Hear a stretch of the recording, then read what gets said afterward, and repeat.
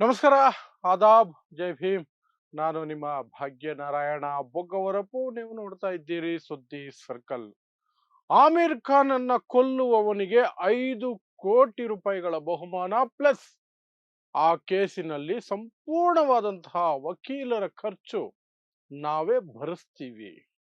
ಹೀಗಂತ ಯಾವುದೋ ಒಬ್ಬ ಅಂಡರ್ ವರ್ಲ್ಡ್ ಡಾನೋ, ಯಾವುದೋ ಒಬ್ಬ ಟೆರರಿಸ್ಟು ಎಲ್ಲೋ ಬಚ್ಚಿಟ್ಕೊಂಡು ಒಂದು ಸ್ಟೇಟ್ಮೆಂಟ್ ಕೊಟ್ಟಿದ್ದಿದ್ರೆ ಅವರ ಯೋಗ್ಯತೆ ಅಷ್ಟು ಮತ್ತು ಸರ್ಕಾರನು ಹೆಚ್ಚಿಗೆ ಏನು ಮಾಡೋಕ್ಕಾಗೋದಿಲ್ಲ. ಕೈಗೆ ಸಿಕ್ಕಾಗ ಸಿಗ್ತಾರೆ, ಒಟ್ಟಿಗೆ ಕೇಸುಗಳು ಬೀಳುತ್ತೆ ಅನ್ಕೋಬಹುದು. ಆದರೆ ಈ ಹೇಳಿಕೆಯನ್ನ ಕೊಟ್ಟಿರುವಂತಹದ್ದು ಸನಾತನವಾದಿ, ಹಿಂದುತ್ವದ ಪರ ಹೋರಾಟಗಾರ, ಹಿಂದೂ ರಾಷ್ಟ್ರದ ಕನಸು ಹೊತ್ತಿರುವಂತಹ ಒಬ್ಬ ಅಯೋಗ್ಯ.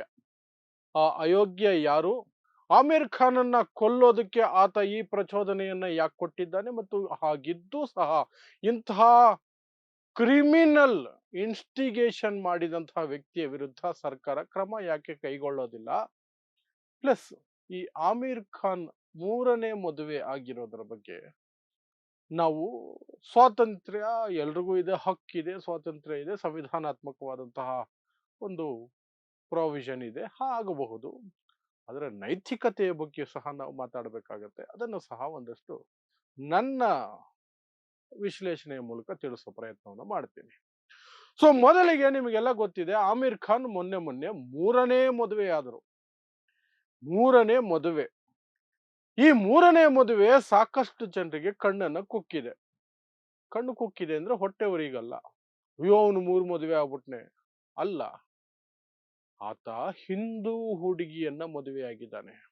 ಅದಕ್ಕಿಂತ ಹೆಚ್ಚಾಗಿ ಮತ್ತೊಂದು ಹಿಂದೂ ಹುಡುಗಿಯನ್ನ ಮದುವೆಯಾಗಿದ್ದಾನೆ. ಅದಕ್ಕಿಂತ ಹೆಚ್ಚಾಗಿ ಮೂರನೇ ಹಿಂದೂ ಮಹಿಳೆಯನ್ನ ಮದುವೆಯಾಗಿದ್ದಾನೆ. ಇದು ಈ ಹಿಂದುತ್ವವಾದಿಗಳಿಗೆ ಕಣ್ಣು ಕುಕ್ಕಿತು. ಕಣ್ಣು ಕುಕ್ತು ಅಂದ್ರೆ ಅಷ್ಟಿಷ್ಟು ಕುಕ್ಕಲಿಲ್ಲ, ಕೆಟ್ಟ ಕೊಳಕ ವಿಷ ಕಾರುವಂತಹ ಮಟ್ಟಕ್ಕೆ ಅವರಿಗೆ ಕಣ್ಣು ಕುಕ್ಕಿದೆ. ಅದು ಅವ್ರಿಗೆ ನಾರ್ಮಲ್, ಸಾಮಾನ್ಯ. ಮುಸ್ಲಿಮರ ವಿರುದ್ಧ ಯಾವ ಅವಕಾಶ ಸಿಕ್ಕರೂ ಸಹ ಅದನ್ನ ಬಳಸ್ಕೊಂಡು ಇಡೀ ಸಮುದಾಯದ ವಿರುದ್ಧ ವಿಷ ಕಾರೋದು ಅವರ ವಿರುದ್ಧ ಇಲ್ಲ ಸಲ್ಲದ ಕೆಟ್ಟ ಕೊಳಕ ಭಾಷೆಯಲ್ಲಿ ಸೋಷಿಯಲ್ ಮೀಡಿಯಾದಿಂದ ಹಿಡಿದು ಎಲ್ಲ ಕಡೆಯೂ ಸಹ ಬಾಯನ್ನ ಕೊಳಕು ಮಾಡ್ಕೊಳ್ಳೋದು ಅವರಿಗೆ ಹುಟ್ಟು ಗುಣ.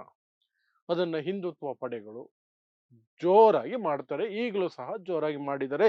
ಯಾಕಂದ್ರೆ ಮೊನ್ನೆ ಗೌರಿ ಸ್ಟ್ರಾಟ್ ಅನ್ನುವಂತಹ ಹಿಂದೂ ಮಹಿಳೆಯನ್ನ ಆಮೀರ್ ಖಾನ್ ಮೂರನೇ ಮದುವೆ ಆಗಿದ್ದಾರೆ. ಇನ್ನು ಈ ಆಮೀರ್ ಖಾನ್ ಈ ಹಿಂದೆ ಸಹ 2 ಮದುವೆಯಾಗಿ ಡೈವರ್ಸ್ ಮಾಡ್ಕೊಂಡಿದ್ದಾರೆ. ಹಾಗಾಗಿ ಮೂರನೇ ಮದುವೆ ಏನು ಕಾನೂನು ಬಾಹಿರ ಅಲ್ಲ. ಈ ಹಿಂದೆ ಮದುವೆ ಆಗಿದ್ದಂಥದ್ದು ರೀನಾ ದತ್ತ, ಆ ನಂತರ ಕಿರಣ್ ರಾವ್. ರೀನಾ ದತ್ತಗೆ 16 ವರ್ಷಗಳ ನಂತರ ಡಿವೋರ್ಸ್ ಕೊಟ್ರು, ಇಬ್ಬರು ಮಕ್ಕಳು ಅವ್ರಿಗೆ. ಆ ನಂತರ ಕಿರಣ್ ರಾವ್ ಅನ್ನ ಮದುವೆ ಆದ್ರು. ಕಿರಣ್ ರಾವ್ ಜೊತೆಯಲ್ಲೂ ಸಹ 16 ವರ್ಷಗಳ ದಾಂಪತ್ಯ ಜೀವನ. 16 ವರ್ಷಗಳ ನಂತರ ಕಿರಣ್ ರಾವಿಗೂ ಸಹ ವಿಚ್ಛೇದನ. ಆ ಅವರಿಬ್ಬರಿಗೂ ಸಹ ಅಲ್ಲಿ ಅಲ್ಲೊಂದು ಮಗು, ಗಂಡು ಮಗು. ಈಗ ಮೂರನೇ ಮಗು ಇಂಡಸ್ಟ್ರಿಯಲಿಸ್ಟ್ ಅಥವಾ ಬಿಸಿನೆಸ್ ವುಮೆನ್ ಗೌರಿ ಸ್ಟ್ರಾಟ್ ಅನ್ನುವಂತಹ ಮಹಿಳೆಯ ಜೊತೆಯಲ್ಲಿ ಮೂರನೇ ಮದುವೆ ಆಗಿದ್ದಾರೆ. ಇದು ಅವರ ವೈಯಕ್ತಿಕ ಚಾಯ್ಸ್, ವೈಯಕ್ತಿಕ ಒಂದು ಅಭಿಪ್ರಾಯ, ವೈಯಕ್ತಿಕ ಹಕ್ಕು. ಸಂವಿಧಾನಾತ್ಮಕವಾಗಿ ಯಾವುದೇ ಕಾನೂನು ಬಾಹಿರವಾಗಿ ಅಂತೂ ಏನು ಮಾಡಿಲ್ಲ.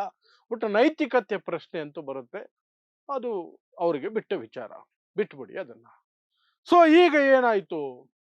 ಮೂರನೇ ಮದುವೆ ಆದ ತಕ್ಷಣನೇ ಈ ಹಿಂದುತ್ವ ಪಡೆಗಳಲ್ಲಿ ಎಲ್ಲರೂ ಬಾಯಿ ಬಡ್ಕೊಳ್ಳೋಕೆ ಶುರು ಮಾಡಿದ್ರು. ಅದರಲ್ಲೂ ಬಿಜೆಪಿ, ಬಜರಂಗ ದಳ, ವಿಶ್ವ ಹಿಂದೂ ಪರಿಷತ್ತು, RSSನವರು, ಈ ರೀತಿಯಾದಂತಹ ಪಡೆಗಳಿದಾವಲ್ಲ, ಇನ್ಕ್ಲೂಡಿಂಗ್ ಅನ್ರಿಜಿಸ್ಟರ್ಡ್ ಫೆಲೋಸ್, ಅವರೆಲ್ಲ ಕೆಟ್ಟ ಕೊಳಕ ಭಾಷೆಯಲ್ಲಿ ಕಮೆಂಟ್ಗಳು ಹಾಕೊಂಡು ಅವರನ್ನು ಟೀಕೆ ಮಾಡಿಕೊಂಡು, ಈ ವ್ಯಕ್ತಿ ಆಮೀರ್ ಖಾನ್ ಈ ದೇಶದಲ್ಲಿ ಲವ್ ಜಿಹಾದ್ನ ಬ್ರ್ಯಾಂಡ್ ಅಂಬಾಸಿಡರ್. ಆತ ಪ್ರಚೋದನೆ ಕೊಡ್ತಿದ್ದಾನೆ ಬೇರೆ ಮುಸ್ಲಿಂ ಯುವಕರಿಗೆ ಹಿಂದೂ ಹುಡುಗಿಯರನ್ನ ನಂಬಿಸಿ ಮೋಸ ಮಾಡಿ ಮದುವೆಯಾಗಿ ಅಂತ. ಅವನು ಆ ಕಾರಣಕ್ಕಾಗಿಯೇ ಈ ಮದುವೆಗಳನ್ನ ಆಗ್ತಾ ಇರೋದು. ಹಿಂದೂಗಳನ್ನೇ ಮದುವೆ ಆಗ್ತಾನೆ, 3 ಮದುವೆ ಆಗಿದ್ದಾನೆ, 3 ಜನ ಹಿಂದೂ ಹೆಣ್ಮಕ್ಳೇನೆ ಅಂತ ಇವರು ಅವನ ವಿರುದ್ಧ ಅದು ಓಕೆ, ಅದೊಂದು ಲೆವೆಲ್ಗೆ ದ್ವೇಷ ಬಿತ್ತುವಂತಹ ಒಂದು ಕ್ರಮ. ಅದನ್ನ ದಿನ ಬೆಳಗಾದ್ರೆ ಈ ಸಗಣಿ ಭಕ್ತರು ಮಾಡ್ತಾನೆ ಇರ್ತಾರೆ. ಆದ್ರೆ ಅದಕ್ಕೂ ಒಂದು ಹೆಜ್ಜೆ ಮುಂದಕ್ಕೆ ಹೋಗಿ ಇಲ್ಲೊಬ್ಬ ಇದ್ದಾನೆ, ಪರಮಹಂಸ ಆಚಾರ್ಯ ಅಂತ. ಇವನ ಕೆಟ್ಟ ಕೊಳಕ ಮನಸ್ಥಿತಿಯ ಬಗ್ಗೆ ನಾನು ವಿವರಿಸಬೇಕಾಗಿಲ್ಲ, ನಿಮಗೆ ಗೊತ್ತಿರುತ್ತೆ ಅನ್ಸುತ್ತೆ. ದಿನ ಬೆಳಗಾದ್ರೆ ಮುಸ್ಲಿಮರ ವಿರುದ್ಧ ದ್ವೇಷಕಾರದು. ಮುಸ್ಲಿಮರನ್ನ ಹಾಗೆ ಮಾಡಬೇಕು, ಮುಸ್ಲಿಮರನ್ನ ಹೀಗೆ ಮಾಡಬೇಕು. ಮುಸ್ಲಿಮರ ವಿರುದ್ಧ ಹಿಂದೂ ಸಮಾಜದಲ್ಲಿ, ಹಿಂದೂ ಆಕ್ಚುಲ್ ಒರಿಜಿನಲ್ ಹಿಂದೂಗಳ ಮನಸ್ಸಿನಲ್ಲಿ ವಿಷವನ್ನ ತುಂಬೋದೇ ಇವನಿಗೆ ಜೀವನ. ಅದು ಬಿಟ್ರೆ ಬೇರೆ ಜೀವನನೇ ಇಲ್ಲ, ಅದೇ ಜೀವನ. ಪ್ಲಸ್ ಹಿಂದೂ ರಾಷ್ಟ್ರ ಮಾಡ್ತೀನಿ ಅಂತ ಒಂದಷ್ಟು ಕಡೆ ಓಡಾಡ್ಕೊಂಡು ಇರ್ತಾನೆ. ಹಾಗಾಗಿ ಅವನಿಗೆ ಮಾಧ್ಯಮಗಳಲ್ಲಿ ವಿಶೇಷ ಸ್ಥಾನಮಾನ. ಯಾಕೆ? ಮುಸ್ಲಿಮರನ್ನು ದ್ವೇಷ ಮಾಡ್ತಾನೆ, ಹಿಂದೂ ರಾಷ್ಟ್ರ ಮಾಡ್ತೀನಿ ಅಂತಾನೆ. ಹಿಂದೂ ರಾಷ್ಟ್ರ ಅಂದ್ರೆ ಏನು? ಆಗಾಗ ನಾನು ವಿವರಿಸ್ತಾನೆ ಇರ್ತೀನಿ. ದಲಿತ ಸಮುದಾಯವನ್ನ ಮತ್ತೆ ಅಸ್ಪೃಶ್ಯತೆಗೆ ತಳ್ಳಿ ಅವರಿಂದ ಶಿಕ್ಷಣ ಕಿತ್ಕೊಳ್ಬೇಕು, ಅವರ ಗೌರವಯುತವಾದಂತಹ ಜೀವನವನ್ನ ಕಿತ್ಕೊಳ್ಬೇಕು, ಸಂವಿಧಾನಬದ್ಧವಾದಂತಹ ಯಾವ ಹಕ್ಕನ್ನು ಉಳಿಸಬಾರ್ದು. ಸಂವಿಧಾನವಾದಂತಹ ಹಕ್ಕನ್ನು ಉಳಿಸೋದೇನು? ಸಂವಿಧಾನವನ್ನೇ ಉಳಿಸಬಾರ್ದು, ಸಂವಿಧಾನವನ್ನ ಕಿತ್ತು ಬಿಸಾಕಿ, ಬಾಬಾ ಸಾಹೇಬ್ ಅಂಬೇಡ್ಕರ್ ಅವರು ಕೊಟ್ಟಿರುವಂತಹ ಸಂವಿಧಾನವನ್ನ ಕಿತ್ತು ಬಿಸಾಕಿ ಮನುಸ್ಮೃತಿಯನ್ನ ಆ ಜಾಗದಲ್ಲಿ ತಂದು ಕೂರಿಸ್ಬೇಕು. ಆ ನಂತರ ಈ ದೇಶದ ರಾಷ್ಟ್ರಧ್ವಜವನ್ನು ಬದಲಾಯಿಸಬೇಕು, ರಾಷ್ಟ್ರಗೀತೆಯನ್ನು ಬದಲಾಯಿಸಬೇಕು, ಎಲ್ಲವನ್ನು ಬದಲಾಯಿಸಿ ಈ ಹಿಂದೆ ಶತಮಾನಗಳ ಹಿಂದೆ ಹೇಗೆ ಈ ದೇಶದ ಬಹುಸಂಖ್ಯಾತರನ್ನ ಗುಲಾಮರನ್ನಾಗಿ ಮಾಡಿಟ್ಟಿದ್ರು, ಆ ರೀತಿ ಗುಲಾಮರನ್ನಾಗಿ ಮಾಡಿಟ್ಟು ಒಂದು 3% ಜನ ಎಲ್ಲವನ್ನೂ ಲೂಟಿ ಮಾಡಿಕೊಂಡು, ಎಲ್ಲವನ್ನೂ ಅನುಭವಿಸ್ಕೊಂಡು, ಎಲ್ಲರ ಮೇಲೂ ದೌರ್ಜನ್ಯ ನಡೆಸ್ಕೊಂಡು, ಮಾಡಬಾರದ ಹಲ್ಕಟ್ಟು ಕೆಲಸಗಳನ್ನು ಮಾಡ್ಕೊಂಡು ಇರಬೇಕು. ಅದಕ್ಕೆ ಒಂದು ವ್ಯವಸ್ಥಿತವಾದಂತಹ ಸಿಸ್ಟಮ್ ಬೇಕು ಅಂದ್ರೆ ಅದು ಹಿಂದೂ ರಾಷ್ಟ್ರ ಅಂತ ಆಗಬೇಕು. ಅದು ಇವರ ಹಿಂದೂ ರಾಷ್ಟ್ರ. ಅಂತಹ ಕೊಳಕು ಕನಸನ್ನ ಹೊತ್ತಿರುವಂತವನು ಈ ಪರಮಹಂಸ ಆಚಾರ್ಯ. ಮುಸ್ಲಿಮರ ವಿರುದ್ಧ ಕೆಟ್ಟ ಕೊಳಕ ದ್ವೇಷಭರಿತವಾದಂತಹ ಪ್ರಚೋದನಕಾರಿಯಾದಂತಹ ಹೇಳಿಕೆಗಳನ್ನು ಕೊಡ್ತಾನೆ ಇರ್ತಾನೆ. ಸಣ್ಣ ಪುಟ್ಟ FIR ಗಳಾಗ್ತವೆ. ಸಣ್ಣ ಪುಟ್ಟ ಅಂತ ಯಾಕೆ ಹೇಳ್ತೀನಿ ಅಂದ್ರೆ ಅದು ಅರೆಸ್ಟ್ ಆಗೋದಿಲ್ಲ, ಆಗ್ತವೆ, ಸುಮ್ಮನಿರ್ತಾರೆ. ಈಗ ಅದೇ ಅಯೋಗ್ಯ ಈಗ ಆಮೀರ್ ಖಾನ್ ವಿರುದ್ಧವೂ ಸಹ ಈಗ ಪ್ರಚೋದನಕಾರಿಯಾದಂತಹ ಹೇಳಿಕೆಯನ್ನು ಕೊಟ್ಟಿದ್ದಾನೆ. ಆಮೀರ್ ಖಾನ್ ಅನ್ನ ಕೊಲೆ ಮಾಡಿದ್ರೆ 5 ಕೋಟಿ ರೂಪಾಯಿಗಳನ್ನ ನಾನು ಬಹುಮಾನವಾಗಿ ಕೊಡ್ತೀನಿ, ಪ್ಲಸ್ ಲೀಗಲ್ ಖರ್ಚುಗಳು ಏನ್ ಬರುತ್ತೆ, ಲಾಯರ್ ಖರ್ಚು, ಆ ಕೇಸನ್ನ ವಾದ ಮಾಡೋದಕ್ಕೆ ಅದನ್ನ ನಾವೇ ಭರಿಸ್ತೀವಿ, ಧೈರ್ಯವಾಗಿ ಯಾರಾದರೂ ಅವನನ್ನು ಕೊಂದುಬಿಡಿ ಅನ್ನೋ ರೀತಿಯಲ್ಲಿ ಹೇಳಿಕೆಯನ್ನ ಕೊಟ್ಟಿದ್ದಾನೆ. ಇಂತಹ ಕೊಲೆ ಬೆದರಿಕೆಯನ್ನ ಓಪನ್ ಸ್ಟೇಟ್ಮೆಂಟ್ ಆಗಿ ಕೊಟ್ಟಾಗ ಅಂಥವನನ್ನ ಉಗ್ರವಾದಿ ಅಂತಲೇ ಕರಿಬೇಕಾಗತ್ತೆ. ಇದು ಉಗ್ರವಾದ ಅಂತಲೇ ಕರಿಬೇಕಾಗುತ್ತೆ. ಬಟ್ ನೋ, ಯಾಕೆಂದ್ರೆ ಅವನು ಒಂದು ಬ್ರಾಹ್ಮಣ, ಇನ್ನೊಂದು ಹಿಂದುತ್ವ, ಹಿಂದೂ ರಾಷ್ಟ್ರ ಅನ್ಕೊಂಡು ಓಡಾಡ್ತಿರ್ತಾನೆ. ಹಾಗಾಗಿ ಬಿಜೆಪಿ ಅವರಿಗೆ ಎಲ್ಲಿಲ್ಲದ ಪ್ರೀತಿ, ಗೋಧಿ ಮಾಧ್ಯಮಗಳಿಗೆ ಎಲ್ಲಿಲ್ಲದ ಲವ್.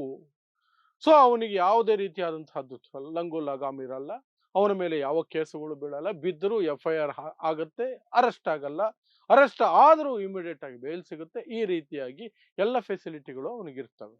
ಹಾಗಾಗಿ ಅದೇ ಧೈರ್ಯದಲ್ಲಿ, ಅದೇ ದುರಹಂಕಾರದಲ್ಲಿ ಅವನ ದ್ವೇಷವನ್ನ ಈ ರೀತಿ ಕೊಲೆ ಬೆದರಿಕೆಯನ್ನ ಓಪನ್ ಆಗಿ ಹಾಕಿದ್ದಾನೆ.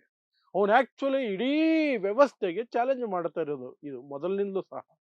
ಈ ಅಯೋಗ್ಯರು, ಅದರಲ್ಲೂ ಬಿಜೆಪಿ ಆಡಳಿತ ಇರುವಂತಹ ಅಯೋಗ್ಯ ಸರ್ಕಾರಗಳು ಯಾವುದೇ ಕ್ರಮ ಕೈಗೊಳ್ಳದೆ ನಾವು ಹೇಡಿಗಳು, ಪ್ಲಸ್ ಅವನದೇ ಮನಸ್ಥಿತಿಯವರು ನಾವು ಅವನ ಹೇಳಿಕೆಯನ್ನ ನಾವು ಒಳಗೊಳಗೆ ಆನಂದಿಸ್ತೀವಿ, ಒಪ್ಪಿಕೊಳ್ತೀವಿ ಅಂತ ತೋರಿಸ್ಕೊಳ್ಳೋ ರೀತಿಯಲ್ಲಿ ನಡವಳಿಕೆಯನ್ನ ತೋರಿಸ್ಕೊಳ್ತಾರೆ. ಹಾಗಾಗಿ ಇಂತಹ ಉಗ್ರವಾದಿ ಮನಸ್ಥಿತಿಯ ಕೊಲೆಗಡುಕರು ಈ ರೀತಿ ಕೊಲೆ ಬೆದರಿಕೆಗಳನ್ನ ಹಾಕ್ತಾನೆ ಇರ್ತಾರೆ. ಈಗ ಹೊಸದಾಗಿ ಆಮೀರ್ ಖಾನ್ಗೆ ಹಾಕಿದ್ದಾನೆ. ಸೊ ಏನ್ ಕ್ರಮ ಆಗುತ್ತೆ ಅದನ್ನ ಬಿಟ್ಬಿಡೋಣ. ನಾನು ಆಗ್ಲೇ ಹೇಳ್ದಂಗೆ ಏನು ಕ್ರಮ ಆಗಲ್ಲ. ಸೊ ಈಗ ನೈತಿಕತೆ ಪ್ರಶ್ನೆ ಅಂತ ಬರೋದಾದ್ರೆ ಅದು ಅವರವರ ವೈಯಕ್ತಿಕ ಅಭಿಪ್ರಾಯದ ಮೇಲೆ ಹೋಗುತ್ತೆ. ಇಷ್ಟು ಮದುವೆಗಳಾಗಬೇಕಾ, ಅದು ಈ ರೀತಿಯಾಗಿ ತೋರಿಸಿಕೊಂಡು ಇಡೀ ಜಗತ್ತಿನ ಮುಂದೆ ಏನೇನೋ ಆಡಂಬರಗಳನ್ನ ತೋರಿಸಿ ಬಿಲ್ಡಪ್ಗಳನ್ನ ಕೊಟ್ಟು ಅನ್ನೋದಾದ್ರೆ ನನ್ನ ವೈಯಕ್ತಿಕ ಅಭಿಪ್ರಾಯ ಕೇಳಿದ್ರೆ this is utter nonsense. Aamir ಖಾನ್ಗೆ ಇನ್ನೊಂದು ಮದುವೆ ಆಗಬೇಕು, ಇನ್ನೇನೋ ಮಾಡ್ಕೊಳ್ಬೇಕು ಅಂದ್ರೆ ಅದು ಒಳಗೊಳಗೆ ಮಾಡ್ಕೊಳ್ಬೋದಾಗಿತ್ತು, ಅಥವಾ ಸೈಲೆಂಟ್ ಆಗಿ ಮಾಡ್ಬೋದಾಗಿತ್ತು. ಅದನ್ನು ದೊಡ್ಡ ಸುದ್ದಿ ಮಾಡಿ ಆ ಫೋಟೋಗಳನ್ನ ಎಲ್ಲ ಕಡೆ ಹಂಚ್ಕೊಂಡು ಅದೆಲ್ಲ ಮಾಡಿ ಏನೇನೋ ಮಾಡಿ ಏನು ಸಂದೇಶ ಕೊಡೋಕೆ ಹೊರಟಿದಾರೋ ಪುಣ್ಯಾತ್ಮ ಗೊತ್ತಿಲ್ಲ. ಬಟ್ ಸಂವಿಧಾನಾತ್ಮಕವಾಗಿ, ಕಾನೂನಾತ್ಮಕವಾಗಿ ಈ ಹಿಂದಿನ ಇಬ್ಬರು ಹೆಂಡತಿಯರಿಗೆ ಕಾನೂನಾತ್ಮಕವಾಗಿ ಡಿವೋರ್ಸ್ ಕೊಟ್ಟಿರೋದ್ರಿಂದ ಇದು ಕಾನೂನು ಬಾಹಿರ ಅಂತೂ ಅಲ್ಲವೇ ಅಲ್ಲ. ಸೊ ಅಷ್ಟರವರೆಗೆ ಆತನ ಹಕ್ಕಿದೆ ಆತನಿಗೆ ಅಂತ ನಾವು ಪ್ರತಿಪಾದಿಸ್ಬೋದು. ಬಟ್ ನೈತಿಕತೆ ವಿಚಾರ ಬಂದಾಗ ಈ ಹ್ಯಾಸ್ ಟು ಥಿಂಕ್ ಓವರ್ ಅಷ್ಟೇ, ಇನ್ನೇನಿಲ್ಲ. ಸೊ ಇಂತಹದ್ದೇ ವಿಶೇಷ ಸುದ್ದಿಗಳಿಗಾಗಿ ನೋಡ್ತಾ ಇರಿ ಸುದ್ದಿ ಸರ್ಕಲ್. ನಾನು ನಿಮ್ಮ ಭಾಗ್ಯನಾರಾಯಣ ಬೊಗ್ಗವರಪು.